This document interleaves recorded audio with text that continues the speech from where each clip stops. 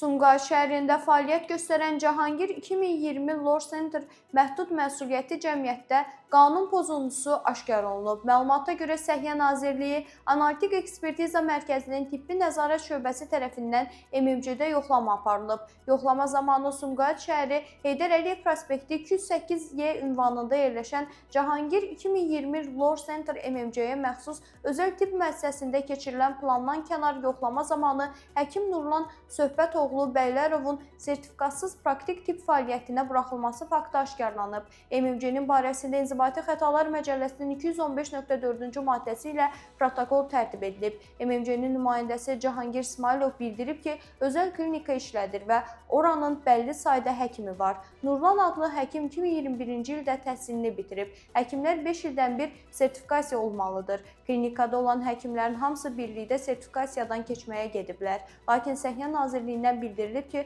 Nurlana ehtiyac yoxdur. O 2027-ci ildə sertifikasiyadan keçməlidir. Buna baxmayaraq daha sonra yenidən Nurlanı sertifikasiyadan keçirməyə göndərdik. Yenə onu geri qaytardılar. Təxminən 20-30 dəfə Nazirlik ilə telefon əlaqəsi saxladıq. Bizim yeganə səhvimiz sertifikasiyadan keçməyən işçini işlətmək olub. MMC-nin nümayəndəsi bildirib. Sumqayıt şəhər məhkəməsinin qərarı ilə MMC İnzibati Xətalar Məcəlləsinin 215.4-cü maddəsi ilə təqsirli bilinib və 6000 manat cərimə edilib.